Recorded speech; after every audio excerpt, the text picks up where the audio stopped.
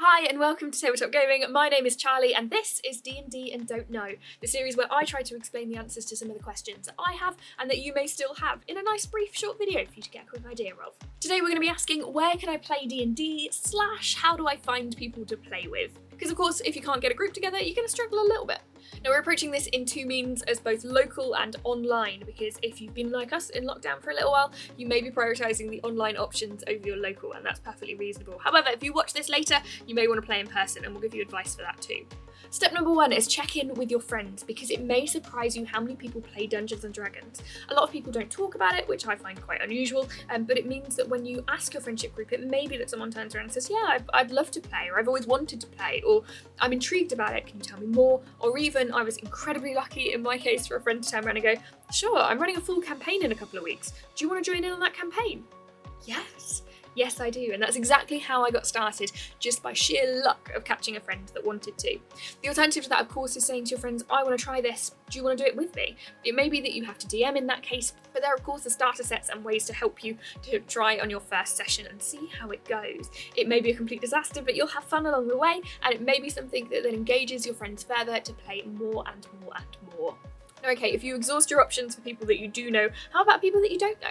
Number two is checking out things online. So we're looking at social media, in which case things like Facebook are great because you can localise your area.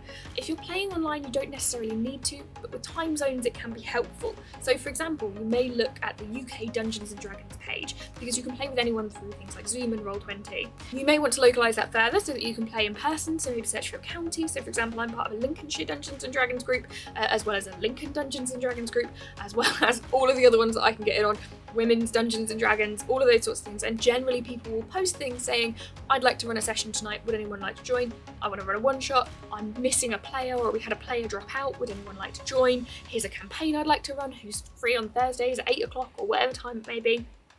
These are great ways to get involved because you are finding people that aren't limiting you geographically.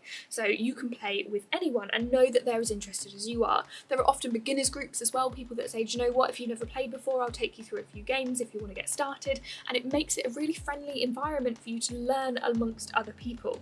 Plus, D&D is a great barrier breaker because you're playing as somebody else, even though your jokes are sort of outside of D&D because you're laughing amongst yourselves in real life. You are building friendships and building stories that you can fall back on later. The amount of inside jokes me and my group have, when basically I knew 2 of them very well and 3 of them not at all, we're now a really tight group, and that's really nice, and you can gain that through doing groups elsewhere. Now of course that comes with a warning, you don't necessarily know who you're playing with and you need to set your limits and work out how you can play safely and if you're comfortable in playing in those environments once set up. However, it's a good way to find people. Number 3, narrowing it down even further. So we went UK, we went Lincolnshire, we went Lincoln.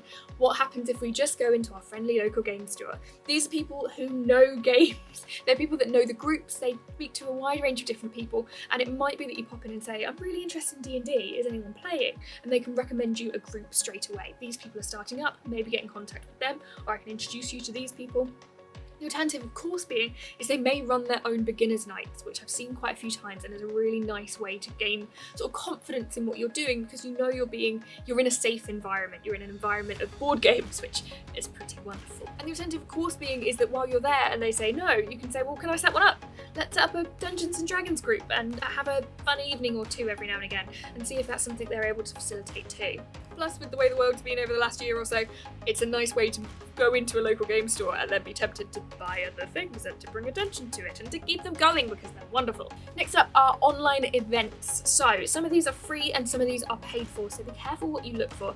However, if you're looking at companies that maybe have a virtual weekend, or D&D, for example, do a virtual play weekend once a month, you can pay a small amount or even enter for free and agree to play at a table with a group at an agreed time. Now in those you'll then set what level you are, so I am completely new to D&D, I know a little bit about D&D, I could probably use some help but I'm alright, or I know exactly what I'm doing, and you join groups based on that, so you're all in the same boat comfortably together.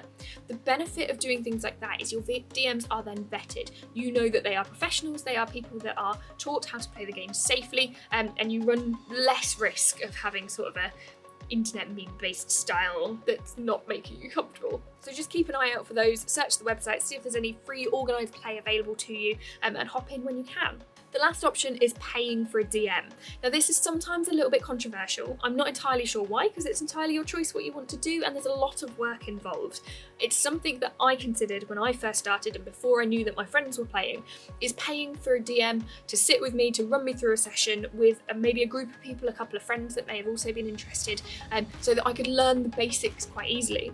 Now these ones you can hire every week if you want to. You can have them as your ongoing DM and they will create these incredible stories for you. The one that I always think of is Roll Dark, because we have a video from Naomi who talks about GMing safely. That's a really interesting thing to watch from our virtual spring showcase.